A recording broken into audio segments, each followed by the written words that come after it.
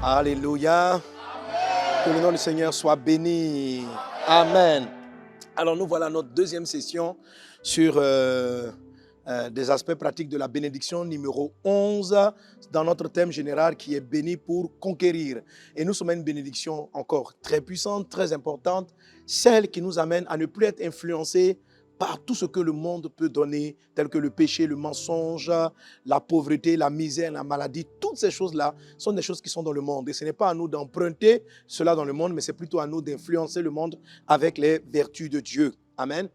Alors, le thème que j'ai commencé à aborder avec toi, c'était de dire, c'était la deuxième partie du verset qui dit, tu n'emprunteras pas. Tu prêteras, mais c'est toi, tu n'emprunteras pas. Et l'Esprit du Seigneur m'a conduit à prier là-dessus parce que beaucoup de chrétiens sont dans les dettes des emprunts vis-à-vis du diable, vis-à-vis du monde.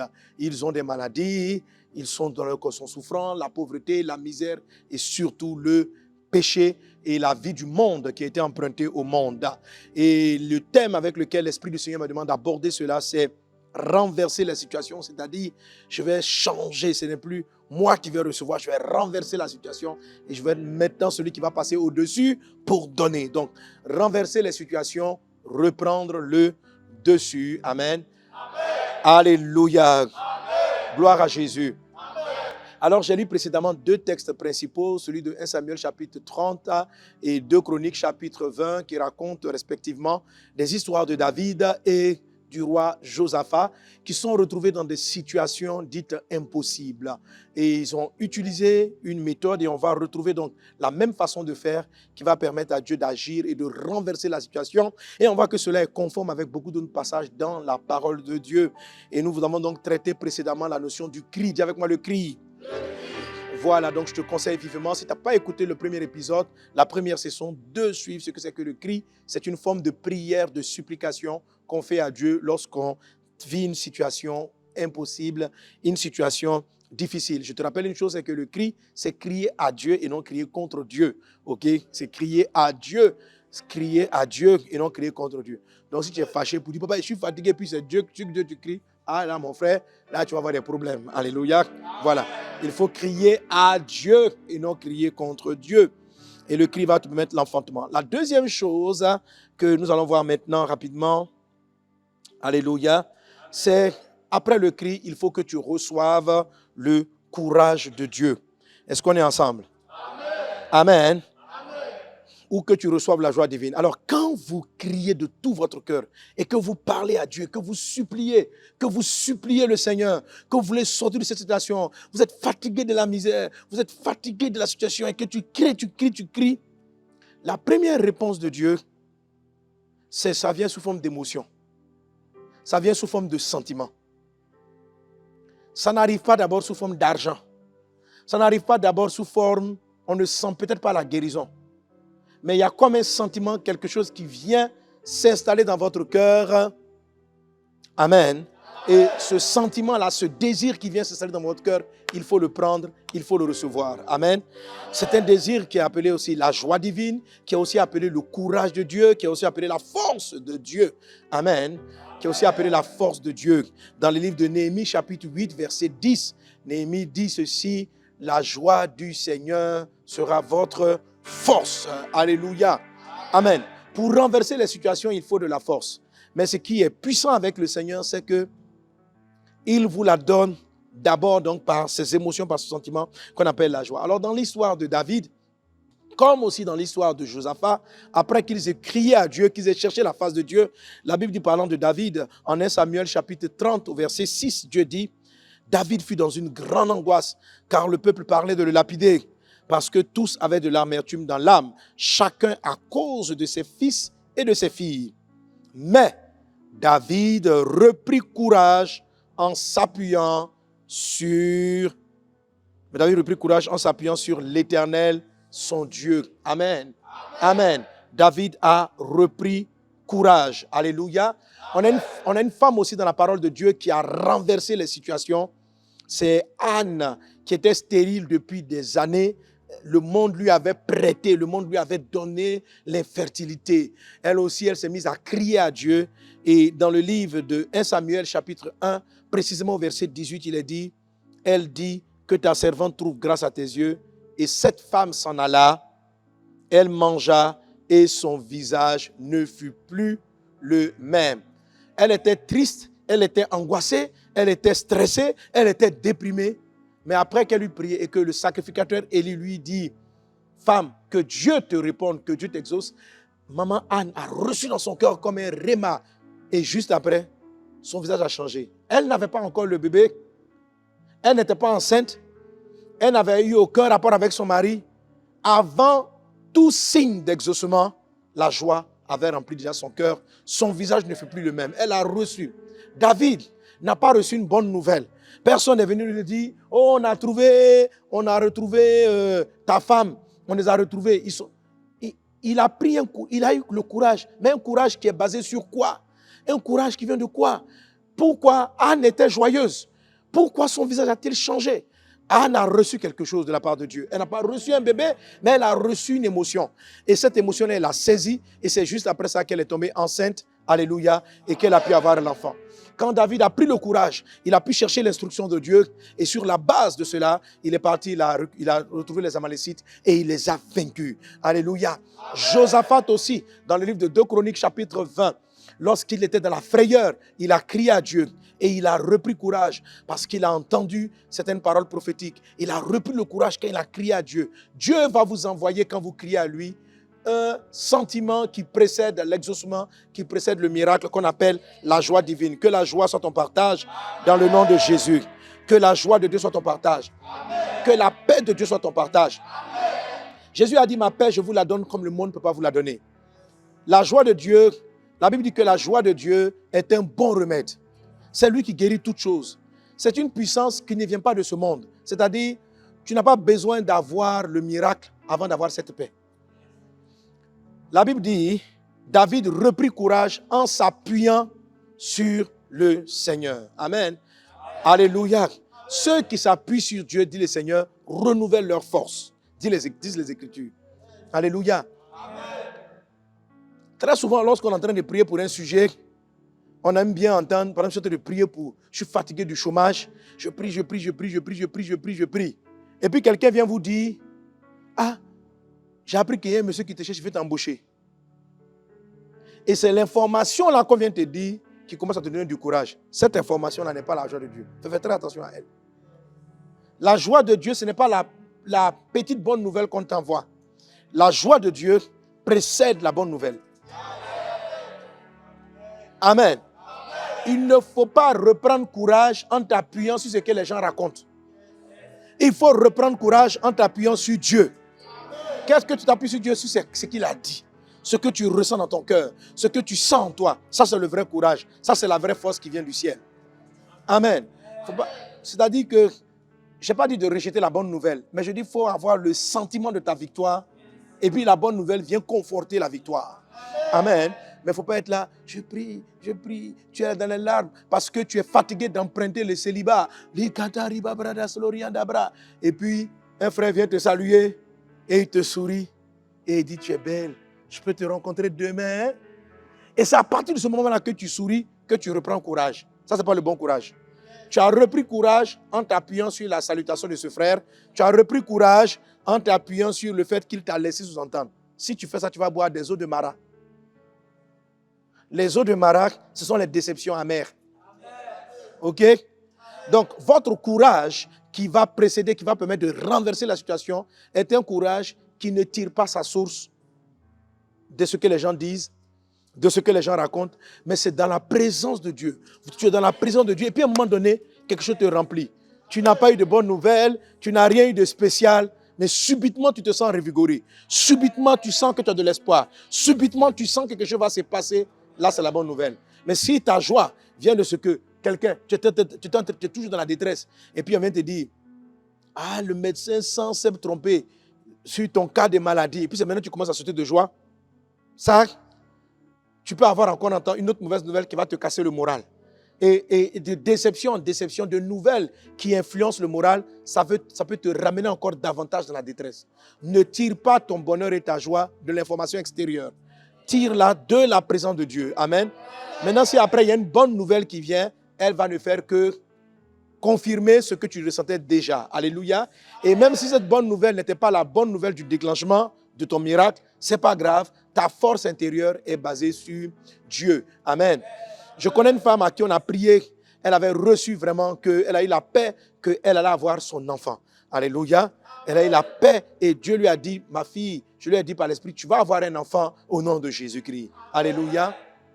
Et elle a senti la joie. Elle a senti le courage que Dieu allait le faire. Elle a eu la foi que Dieu allait le faire. Et elle a pris pour la première fois une grossesse. Mais lorsqu'elle a pris la grossesse, elle a perdu la grossesse. Et son moral a fini par s'abattre. Et son moral qu'on voulait commencer à s'abattre. Amen. Elle a dit non. Ce n'est pas l'arrivée ou bien la perte qui détermine ta joie. Tu as commencé à sentir la joie avant cela. Alléluia. Un autre cas d'une autre sœur, elle attendait un enfant, elle n'en avait pas. Et puis un jour, donc, elle tombe enceinte. Et 3 ou 4 mois après, elle perd la grossesse, elle aussi. Et je vais la voir à l'hôpital pour l'encourager parce que c'était vraiment pénible. Après tant d'années d'attente, se retrouver là maintenant sans... Et puis tu tombes enceinte et tu perds la grossesse, c'était compliqué. Et là, je vais la voir. Et puis elle me prend de côté et dit, mais papa, je ne comprends pas pourquoi. Hein. Mais dans mon cœur, il y a la joie quand même. Elle dit, j'ai même envie de crier Alléluia. Mais si j'écris Alléluia, on va penser que je suis folle. Que je fais une détresse post quelque chose là. OK? Parce qu'elle dit, je dois pleurer, c'est vrai que je pleure que mon enfant soit parti. Mais en même temps, il y a une paix dans moi. Cette paix-là, c'est la paix de Dieu. C'est la paix qui précède le miracle. Je déclare dans le nom de Jésus que la paix de Dieu te visite. De même que le sacrificateur Élie s'est tenu et qu'il a déclaré la paix de Dieu dans le cœur de Anne, je déclare, je prophétise que la joie divine entre en toi. C'est une joie qui n'a pas de cause. La première fois où je l'ai rencontré, j'avais échoué au bac. C'est la première année où j'avais échoué au bac. Et j'ai continué, j'ai pris mes résultats. J'ai dit, bon, le lendemain, ça va changer. Que peut-être quand j'allais voir la collante, on va se rendre compte qu'on a fait une erreur. Je me vois ma collante, c'est confirmé. J'ai vraiment flashé grave. Et j'ai pris la collante et j'ai fait une prière à Dieu. Jésus, donne-moi le bac. Et j'ai entendu une joie. Une joie. Et la paix du Seigneur est entrée en moi. La joie divine est entrée en moi. Il n'y avait aucune raison. Et cette joie-là ne m'a plus quitté. L'année qui a suivi, j'ai eu cet examen. Le Saint-Esprit m'a orienté dans la branche que je devais suivre. Écoutez, cette joie divine est le début de la prospérité. Cette joie divine. Amen. C'est pourquoi il est dit, soyez en bonne santé. Amen. Prospère à tous égards comme prospère l'état de ton âme. Donc, la prospérité à tous égards est précédée par la prospérité de l'âme. Vous avez posé la question, c'est quoi qu'une âme prospère? Prospère à tous égards comme prospère l'état de ton âme. Comment est-ce qu'une âme est prospère? Comment est-ce qu'une âme est riche? L'âme ne se nourrit pas avec les billets de banque. Donc, la prospérité extérieure est causée par la prospérité de l'âme. C'est de ça que je vous parle. Reçois la prospérité de l'âme dans le nom de Jésus. Cette grâce-là vient envahir ton cœur. Donc, crie à Dieu jusqu'à recevoir sa paix. Amen. Crie à Dieu, même quand les gens vont venir te dire, il semble que ça ait changé. Si ton âme est toujours dans la détresse de crier à Dieu, continue de crier à Dieu. Ne laisse pas la bonne nouvelle. Les gens viennent te dire, non, il semble que les choses aient changé. Et puis c'est maintenant que tu as arrêté de crier à Dieu. C'est Satan qui est en train de te distraire. Tu vas crier jusqu'à ce que la paix là s'installe, jusqu'à ce que la joie, quand elle vient s'asseoir en toi, tu fais comme Anne, tu te lèves, tu n'es pas enceinte, il n'y a rien, mais ton visage peut changer. Et c'est à partir de là que les bonnes nouvelles vont venir. Alléluia. Toute bonne nouvelle qui précède cette paix de Dieu, fais attention, il faut t'en méfier. Est-ce qu'on est ensemble? Quelqu'un donne un bon amen. La troisième chose qu'il faut faire, alléluia, une fois que tu as reçu la paix et la joie de Dieu, alléluia, tu es sur le point maintenant de recevoir une instruction. C'est-à-dire la joie, la paix, que la victoire est, que la situation va se renverser, va s'installer en toi. Une fois que cette paix-là atterrit, elle arrive avec un conseil, elle arrive avec une orientation, elle arrive avec une direction. L'orientation, la direction, c'est le dernier élément. Alléluia. Alléluia. Mais l'instruction peut être bloquée par ton intellect. Parce que tu as échoué beaucoup d'années, parce que tu as une expérience des choses, tu as une expérience négative par rapport à tout ce que tu as vécu, ton cerveau, ton raisonnement peut bloquer la puissance et la manifestation de ce que Dieu veut faire avec toi. Alors, c'est pourquoi tu dois faire cette troisième chose. Est-ce qu'on est ensemble? Je l'appelle, je dis, maudit la raison valable pour laquelle ça n'a pas marché jusqu'à présent. Maudit la raison valable pour laquelle ça ne marche pas. Amen, amen, amen. Amen. Alléluia. Marc chapitre 11, verset 12. Marc 11, 12. Il a dit, le lendemain, Après qu'il fut sorti de Béthanie, Jésus eut faim. Apercevant de loin un figuier qui avait des feuilles, il alla voir s'il y trouverait quelque chose. Il s'en était approché, il ne trouva que des feuilles, car ce n'était pas la saison des figues. Dis avec moi, car ce n'était pas la saison des figues. Verset 14. Prenant la parole, il lui dit que jamais personne ne mange de ton fruit, et ses disciples l'entendirent. Et quand on va un peu plus loin, la Bible dit que les disciples ont dit, Jésus, le figuier que tu as maudit a séché. Ok? La Bible dit que le figuier ne portait pas de fruits parce que ce n'était pas la saison. C'est clair. La Bible dit, s'en était approché, il ne trouva que des feuilles, car ce n'était pas la saison des figues. Amen. Donc, le figuier avait une raison valable pour ne pas porter du fruit. Si on demande au figuier, pourquoi tu n'as pas porté du fruit? Il va dire, mais ce n'est pas la saison. Que si Jésus venait me trouver dans ma saison, que c'est Dieu qui a établi les saisons. Il y a une saison où le fruit sort, il y a une saison où il n'y a pas de fruit. Donc, je ne suis pas dans la saison de porter le fruit. Pourquoi est-ce qu'il veut me maudire? Qu'est-ce que je lui ai fait? J'ai raison de ne pas porter du fruit? Ce n'est pas la saison. Qu'est-ce que vous attendez de moi? Cette histoire de Jésus m'a souvent marqué. Je me suis dit, mais qu'est-ce que Jésus veut nous apprendre? Plus loin, Jésus va expliquer que c'est ce qu'on appelle la foi. Il va dire, si vous avez la foi, comme un grain de sénévé, vous direz à la montagne, déplace-toi, elle se déplacera. Jésus voulait nous donner une leçon valable. Ce qu'on appelle le déploiement de la foi. Vous savez, la foi, vous n'arrivez pas à la déployer le plus souvent parce que vous avez une raison valable de ne pas porter du fruit. Vous avez une excuse. Vous avez une excuse. Le figuier avait une excuse. Et l'excuse était valable.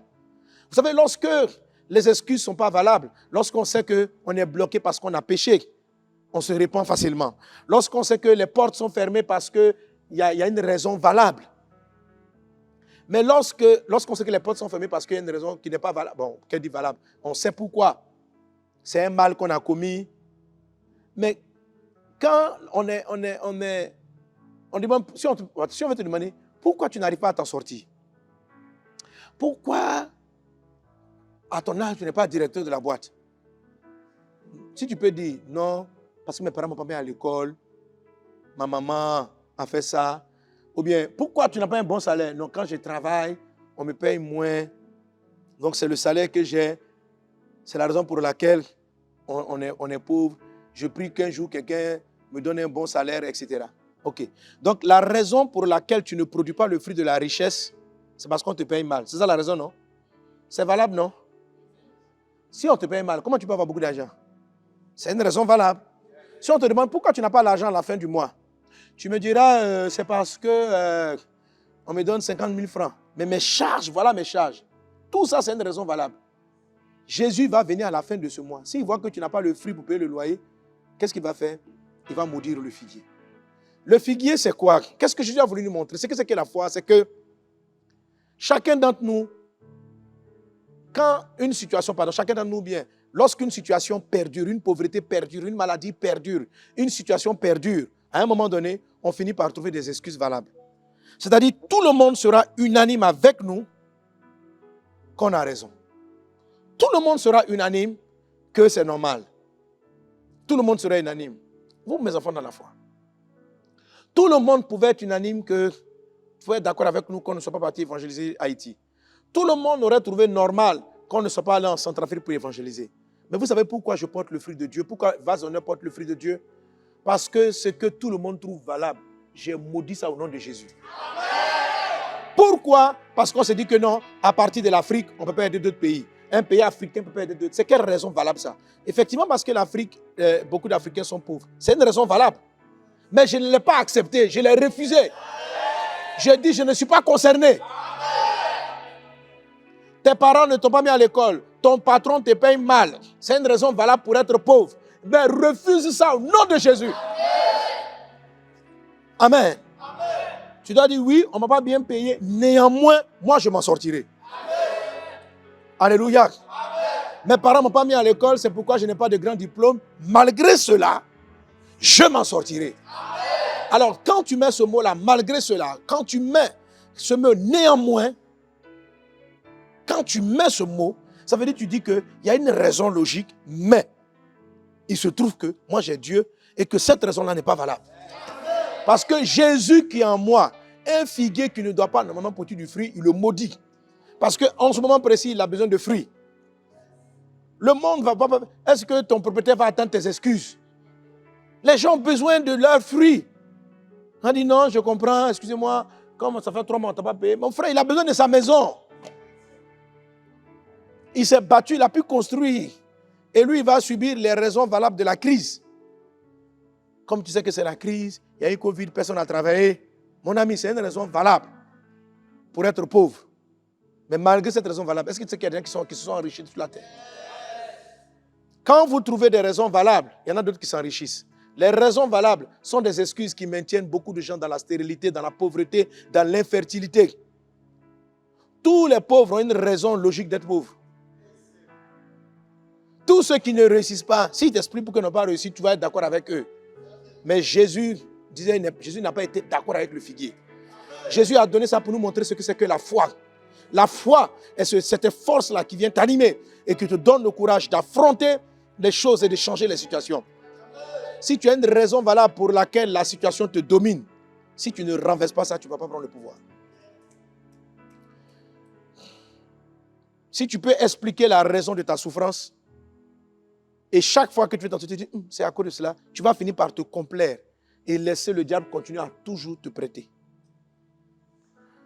Jamais on ne se serait levé pour aller évangéliser. Jamais on n'aurait ouvert autant d'églises. Jamais on aurait fait tout ce travail, tout simplement parce qu'on se dirait, mais on est dans un endroit où la plupart des fidèles n'ont pas les ressources, où on est comme ceci, où on est comme cela.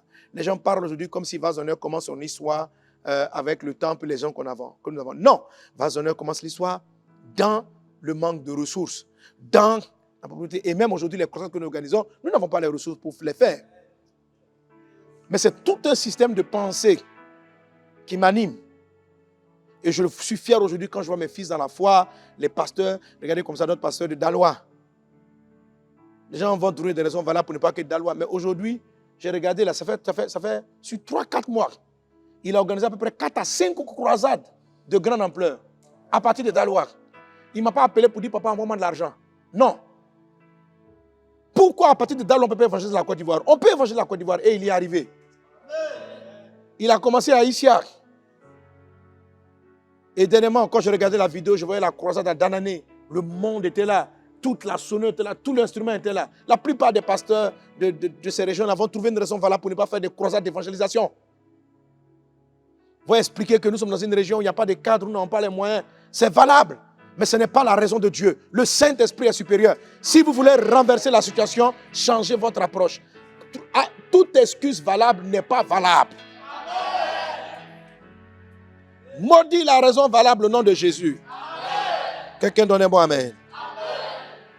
Alléluia. Amen. Alors, normalement, dans la suite, on a la clé numéro 4, l'attitude numéro 4, l'attitude numéro 5, mais c'est combinable. Je vais combiner les deux. Alors, la quatrième chose qu'ils ont faite, eux tous, c'est de suivre l'instruction que Dieu leur avait donnée juste après. Amen. Les instructions varient d'un homme de Dieu à un autre. Alléluia. Amen. Dernièrement, on a écouté sur le témoignage d'une de nos mamans qui a renversé la situation d'un cancer. Elle a renversé la situation d'un cancer. Et quand vous regardez, vous voyez toutes ces différentes étapes-là. Amen. Amen. La prière du cri, on l'a faite ensemble. On est parti prier, les écoutes de prière sont partis prier avec elle. Et elle-même, elle a crié à Dieu pour qu'elle sorte de cette situation. Elle était tout le temps malade, elle avait les os qui craquelaient, elle était en métastase extrême. Tout son corps était atteint par la maladie. Amen. Amen. Mais dans son état, on a crié à Dieu et une première chose que Dieu lui a donnée, ça a été la joie. Ça a été la paix.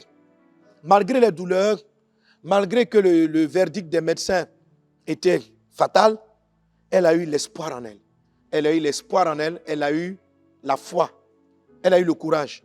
Et elle a décidé donc de ne même pas confesser, de ne jamais confesser la défaite, de ne jamais confesser le mot mort, le mot c'est fini.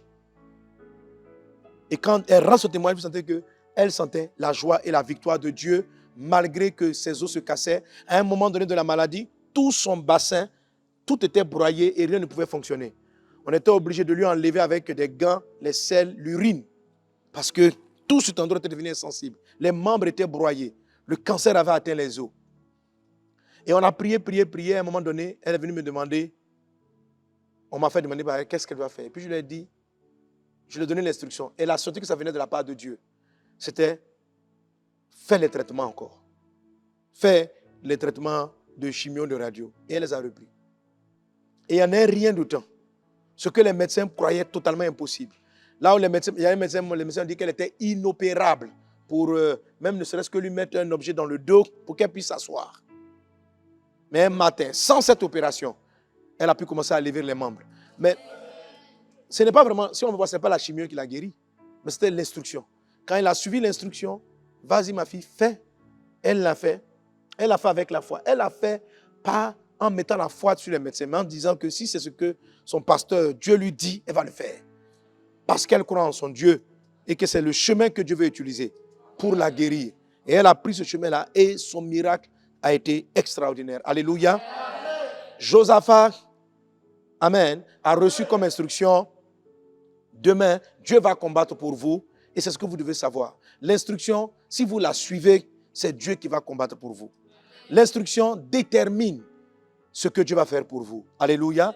Dans le cadre de 2 Chroniques chapitre 20, Josaphat a reçu qu'il devait aller se mettre en ordre de bataille, qu'il devait aller sur le combat, faire le combat, et qu'il devait mettre les chantres en avant. Et il a obéi. Et quand il est arrivé, il a vu que l'armée s'était décimée, elle seule.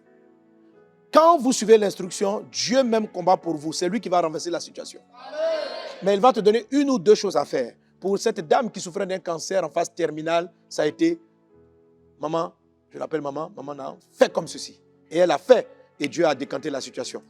Elle a écouté l'instruction et Dieu a décanté la situation. Pour Josaphat, mets les chantres devant. Adore le Seigneur. Et ils sont entrés dans la louange. Et quand ils sont arrivés, l'armée ennemie était défaite. Pour David, David a demandé à Dieu, poursuivrai-je, atteindrai-je? Et Dieu lui dit, vas-y, tu poursuivras, tu atteindras. Donc il s'est mis à poursuivre selon l'instruction. Mais il ne savait pas où partir. Et Dieu a fait le combat. Il a fait qu'un Égyptien qui était au milieu d'eux a été abandonné. Et c'est cet Égyptien-là, parce que c'était un vaste désert, il ne savait pas quel chemin prendre. Parce que ça faisait plusieurs jours que les Amalécites étaient partis. Et quand ils l'ont trouvé, l'instruction de Dieu était dans la bouche de cet Égyptien qui leur a dit, voilà où il se trouve. Il les a conduits à l'endroit où ils étaient. Et arrivés là-bas, ils ont mené la bataille pendant 2 jours. C'était une grande armée. David avait à peine une centaine de soldats, mais il les a vaincus dans le nom de Jésus. Amen. Qu'est-ce qui s'est passé? Il a suivi l'instruction. Lorsque vous criez à Dieu, lorsque vous avez reçu la paix de Dieu, et lorsque vous n'avez trouvé aucune raison, vous ne dites pas, bon, si je ne peux pas les poursuivre, c'est parce qu'ils sont trop nombreux. Arrête ça. Ça, c'est la raison valable. Il faut maudire ça. Josaphat pouvait dire, mais mon Dieu, sauve-nous. Dieu dit, bon, levez-vous, allez faire la guerre. Ils ont dit, mais on ne peut pas faire la guerre. Dieu dit, mais mettez l'armée de louanges devant. Mais vous auriez pu dire, on ne peut pas. Mais il a maudit toute raison valable. Il a mis sa confiance dans le Seigneur. Et il a foncé. Et la victoire a été leur partage. Est-ce qu'on est ensemble? Amen. Quelqu'un donne un bon amen. Amen. Ton Dieu va te dire quelque chose. Amen. Ton Dieu va te donner une orientation. Amen. Je vois l'instruction de Dieu qui arrive. Ton mois de novembre est un mois de renversement de situation. Amen. Crie à Dieu. Reçois la force qu'il t'envoie du ciel. Amen. Maudis la raison valable pour laquelle tu penses que ça ne marche toujours pas. Amen. Amen. Reçois et obéis à l'instruction de Dieu.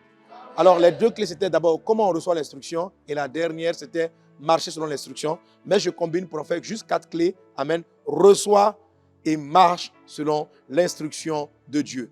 Que la grâce et la paix du Seigneur soient avec toi.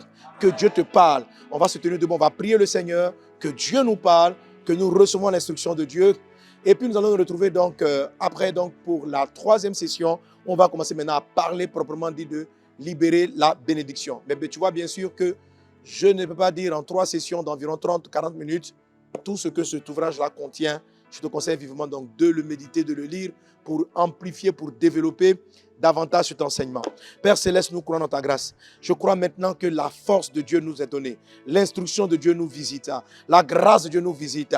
Je crois que nous n'avons plus d'excuses, mais que nous croyons que tu es capable et que tu vas agir. Père, je prie pour un renversement des situations. Que les situations impossibles soient renversées. Bas les mains, prie le Seigneur, prie avec intensité, prie avec les cris. Rebakata rababrada surubara kunda rababrus. Prinda brada sarabara la brabara la sou. Rianda brada surubara la clarianda ba. Alléluia. Amen. Gloire à Dieu. Alléluia. Que Dieu vous bénisse abondamment. 2022 bénir pour conquérir à la conquête des âmes. Tu es membre de Vase d'honneur. En 2022, emmène une âme à Christ, encadre-la et fais-en un disciple. Tu es boss à Vase d'honneur. Emmène 2 âmes à Christ, fais-en des disciples, des boss. Challenge 2022 bénir pour conquérir, c'est maintenant.